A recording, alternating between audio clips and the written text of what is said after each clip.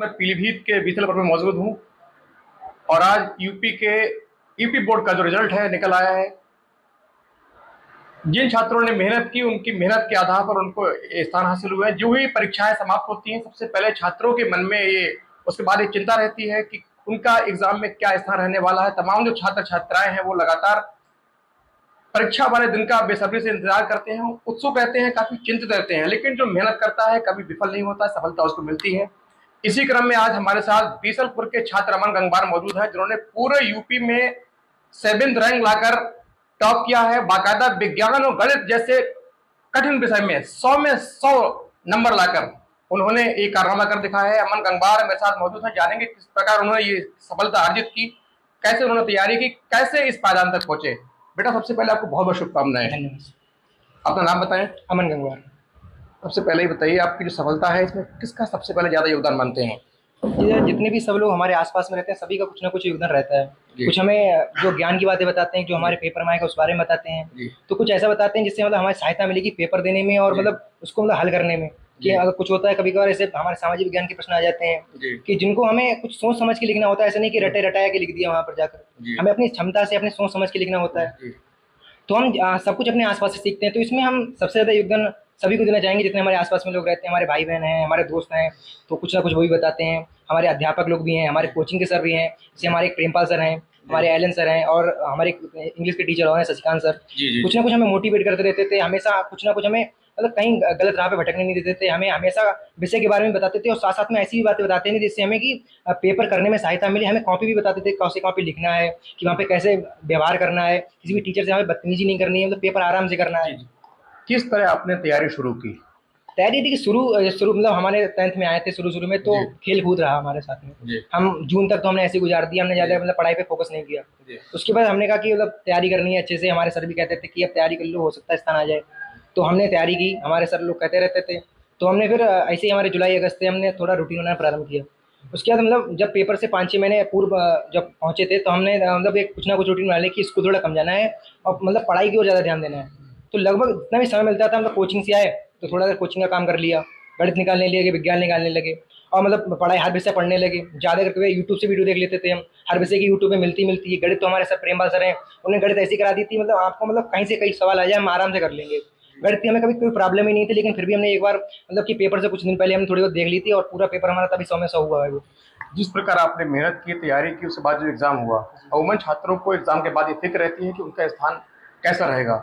आपको उम्मीद थी कि आपको 7th रैंक पूरी यूपी में मिलेगी? उम्मीद तो हमें इससे भी ज़्यादा कुछ थी, पर हमें ऐसा डर तो नहीं लगा कि हमारा ऐसा कोई नहीं आएगा। हमारा दोस्त भी कल हमारे फ़ोन कर रहा था, एक अमन राठौर नाम का दोस्त है हमारा, वो हमसे पूछ रहा था और भी दिव्यांशु दोस्त और सब रहते सब दोस्त हमारे पूछते रहे कि कैसा क्या रिजल्ट आएगा हमारा। तो हमने कहा देखो देखा जाएगा, कल रिजल्ट आएगा, देख लेंगे 2 बजे। तो अभी हमसे कम से कम वो रात से जुड़ गए कि हाँ रिजल्ट आ रहा है यार देखें। तो रात में हम लोगों को पता लगी, कल मैच आ रहा था, मैच देख रहे थे, तो बार बार फ़ोन कर रहे, हम तो काट दे रहे थे फ़ोन क्योंकि मैच देख रहे थे। फिर उसके बाद फिर हमने उनसे बात की तो उनका रिजल्ट आ रहा है, हमने हाँ पता चला, अभी हमने देखा था मैसेज। तो फिर हमने कहा चलो देखा जाएगा, कल आएगा देखेंगे। सुबह भी हम गेम ही खेल रहे थे 12 बजे तक, हम गेम उसका 2 बजे तक हम गेम ही खेलते रहे। 1:59 पे हमने देखा कि रिजल्ट देख रहे हैं, 2:01 पे हमने देख लिया कम से कम। फिर उसका रिजल्ट देखा तो हमें नंबर अच्छे लगे, उसका हमने रैंक नहीं देखी हमारी कौन सी रैंक आई होगी, लेकिन हमें नंबर अच्छे, हमने नंबर सही है तो रैंक तो आई हुई कोई ना कोई। हम जब उसके बाद हम स्कूल पहुंचे, स्कूल बुलाया सर ने, तो पता चला कि यूपी में साथ में रहेंगे। वैसे हमें पता नहीं था यूपी में कौन सी। वैसे आगे जो आपका भविष्य में बनने का इरादा प्लान है, वो क्या बनने की सोची आपने? पापा ने कहा कि आईएएस बन जाओ, तो आए मतलब पापा ने कहा आपको बनना है? अगर जब उनका सपना है तो पूरा तो करेंगे। पिता का सपना पूरा करना है आपको। तो जो बच्चे आपको देख रहे हैं उनके लिए क्या संदेश, किस तरह वो लोग तैयारी करें जो एग्जाम की तैयारी कर रहे हैं? तो यही हमारा संदेश है कि मतलब घबराए नहीं कभी किसी पेपर से। मतलब आपको अगर लग रहा है कि आप कर सकते हैं तो करें, ज़्यादा नहीं कि कोई कह रहा है कि आपको करना ही है तो करेंगे। क्योंकि हमसे भी बहुत लोगों ने कहा कि करो, कुछ लोग ये भी कहते थे नहीं कर पाओगे, ये है वो है, लेकिन फिर भी हमें लगा कि हम कर सकते हैं। हमने मतलब कहा कि अब एक बार इन्हें दिखाना है कि हम कैसे कर सकते हैं, नहीं कर सकते हैं। तो मतलब अपने आप से मतलब ज़्यादा कोई हिचकिचाहट है वैसे कुछ नहीं रहा। हमने मतलब आराम से अपने करा पेपर, और हमें पेपर में भी लगा कि हम थोड़ा बहुत हो सकता है गलत कर रहे हैं, क्योंकि पहले पहले पेपर नर्वस फील हुआ हमारे लिए।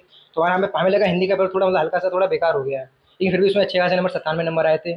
और मतलब वैसे हमने पेपर आराम से पेपर भी आराम से दिए। उसके बाद समय था पेपर के बाद का, वो रिजल्ट का समय है, उसमें तो मतलब कोई वैसा समझ नहीं रहा कि किसी ने पूछा हो कैसा का रिजल्ट रहेगा। अपने आप पर एक बार विश्वास रखिए, मतलब आराम से पेपर दीजिए। किसी से ये भी नहीं मतलब हमें किसी का रिकॉर्ड तोड़ना है, ये है वो है। कुछ लोग होते हैं कि मतलब इस बार हमारे अच्छे नंबर आ गए, अब उसमें इनसे भी ज़्यादा नंबर लाने हैं।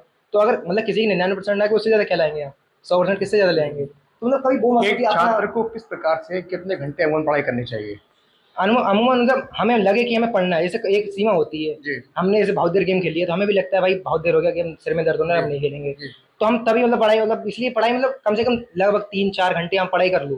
जी। लगभग 3-4 घंटे तो दिन में हो जानी चाहिए, मतलब 2-3-4 ऐसे हो जानी चाहिए पढ़ाई।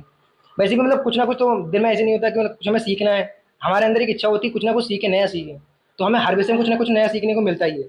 तो मतलब आप लगभग कम से कम दिन में कुछ ना मतलब 1-2 घंटे तो ऐसे निकाल लेंगे, सीख रहे हैं कुछ। हम अगर कुछ भी नहीं कर रहे कुछ ना कुछ तो सीख ही रहे हैं। हम गेम भी अगर अगर हम दिमाग से खेलें, या फिर हम दिमाग लगा के हम, तो हमें सीख मिलती है कुछ कि हमें ऐसे नहीं खेलना है, हमें हमेशा दिमाग कंसंट्रेट करना है। अगर हम खेल रहे हैं तो हमें खेलने भी वो मतलब फोकस करना है। ये नहीं उस टाइम हम पढ़ने का सोच रहे कि हमें हाँ भाई पढ़ाई करनी है। खेल ले तो अब तक खेल लो, उसके अंदर पढ़ाई करो तो पढ़ाई फोकस करो, फिर क्या गेम के बारे में सोच के हमें 1 घंटा फिर दोबारा खेलना है। फिर वो यूट्यूब मतलब कुछ होते हैं कि ये साथ में कापी भी खोल लियो, यूट्यूब भी देख रहे हैं। नहीं, अगर आपको यूट्यूब पे वीडियो देखनी है तो यूट्यूब पे वीडियो देख लो। अगर देख ज़्यादा है तो आप यूट्यूब पे पढ़ने वाली वीडियो देख लो। ऐसे हमारी जैसे कुछ चैनल है, इसमें पढ़ाई के बड़ा बताते हैं। बहुत सारे चैनल होंगे, ज्ञानोदय गुरु जी है, ऐसे हमने देखा उनके बारे में बढ़िया पढ़ाते हैं, हर विषय के बारे में पढ़ाते हैं लोग। तो हमने लास्ट में उन्हीं ज़्यादा वीडियो देखी, और मतलब हर विषय पढ़ाते हैं तो हम उनके कुछ ना कुछ लास्ट में वीडियो बताते हैं वो देख लेते थे। बहुत कुछ फंसा भी उनके द्वारा, और उन्हीं के द्वारा कुछ ना कुछ फंसा जिससे हमने पेपर दिया, क्योंकि भौगोलिक भी आते हैं इस बार 20-20। तो उसमें भी फंसा, फिर हम नगीन भी पढ़ी, तो सब कुछ देखा तो बढ़िया पेपर था फिर। चलिए, बहुत शुक्रिया हमसे बात करने के लिए। ये थे छात्र अमन गंगवार, जिन्होंने यूपी हाई स्कूल परीक्षा में 97.33% मार्क्स लाकर पूरे यूपी में 7वां पायदान हासिल किया है। उनका आगे जो सपना है आईएएस बनने का है। इस खास रिपोर्ट के लिए पीलीभीत के बिसलपुर से मैं शकील कादरी।